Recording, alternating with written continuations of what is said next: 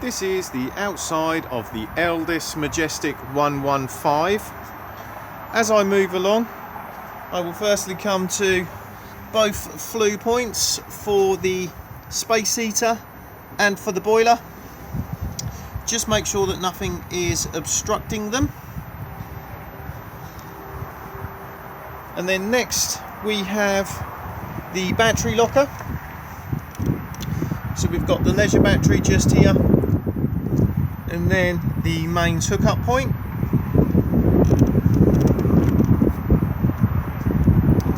External shower point just here.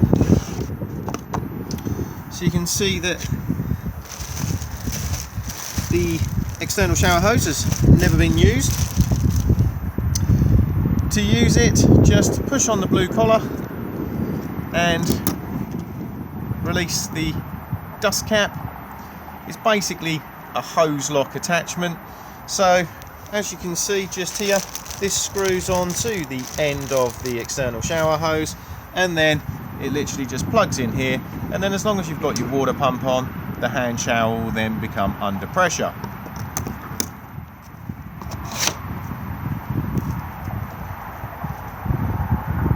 Fresh water tank drain just here.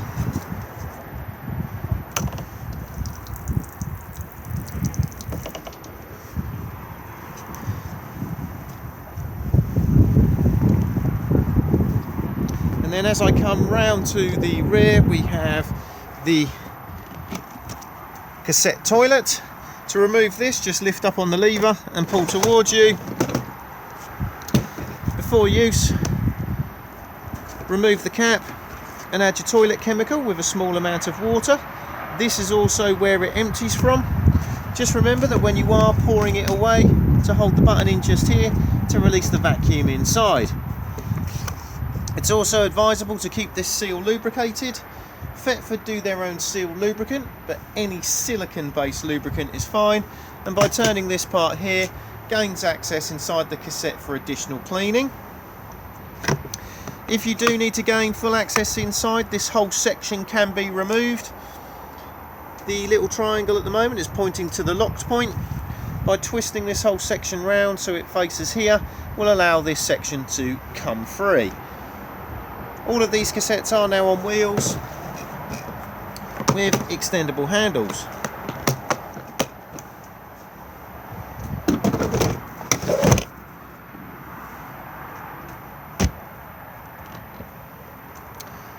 Fresh water tank fill just here, so as you can see it can be locked. Just pop your hose pipe in just here to fill up the fresh water tank. We then have both vents for the Dometic fridge. Again, try to avoid obstruction and spraying too much water at them when washing the motorhome. As this is a fully winterized motorhome, it does come with winter covers for the fridge vents. One smaller vent cover for the top and a larger one for the bottom. So if you are using the motorhome in extremely cold climate, these can be popped on to allow some heat to be held back to make the fridge run efficiently. Do make sure that they are removed in the warmer months of the year, or otherwise the fridge will just overheat. And they just clip on at the top, and then with either a flat-headed screwdriver or the ignition key, just turn these to then lock them into place, and then as you can see it will just vent at the lower points.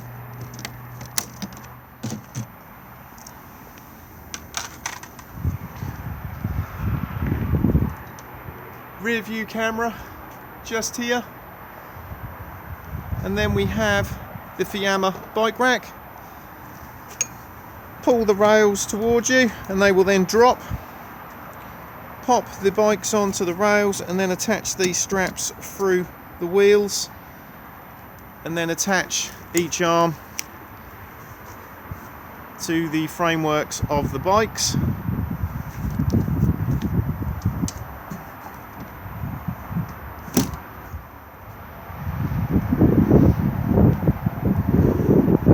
Barbecue point just here, and you can see at the moment that the adapter itself is just attached on a cable tie So just remove and then attach the hose of the barbecue to this rib section here and secure it with a Jubilee clip. This end here then just plugs in where my finger is and will lock into place. It will then allow you to turn the gas on. To remove it, just push on the collar, push it towards the motorhome and it will then release. Spare wheel just here, and it winds down at this point here where my finger is. In the jack and wheel brace kit there's a bar that locates in this hole, and then you attach the brace to it and it will then wind down. We then have the security handle just here, so this can be used to aid in getting into the motorhome, but then it can also be used as an additional security feature, so it can then go across the door and then you can then lock it into place, making it much more difficult for entry on the habitation door.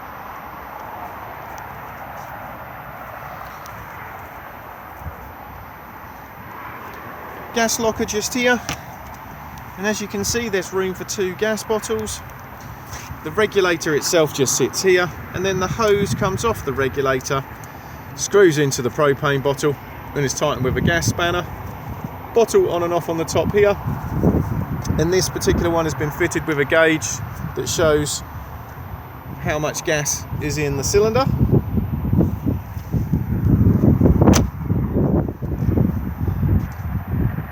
We then have the Dometic roll-out canopy just here. To roll the canopy out, firstly get the winding handle and insert it into the base of the canopy, and then just begin to wind out.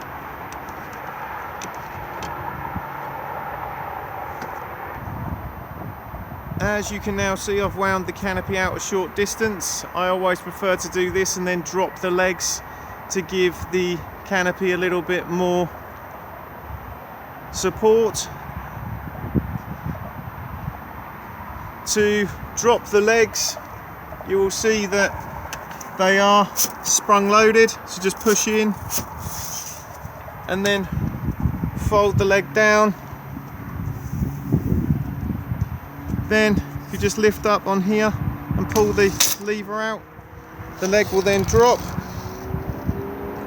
get the height you require, and then just continue to push the lever down and it will then lock into place.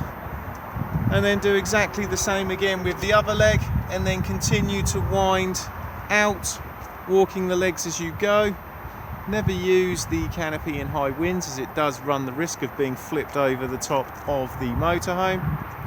And when it comes to putting the canopy away, again wind it in roughly to the point it is now, and then literally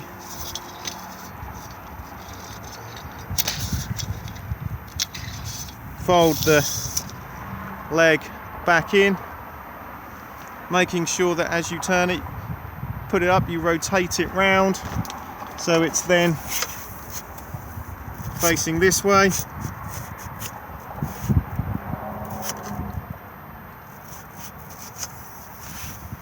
If I now just slide this, we will then just need to lift the lever up just slightly here to then allow it to then clip back into place.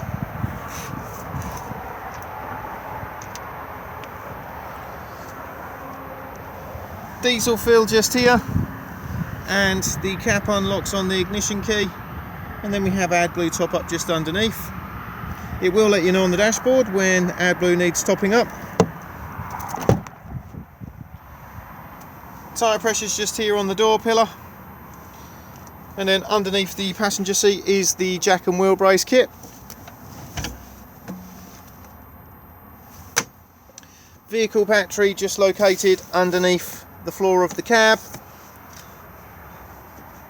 and then bonnet release just here.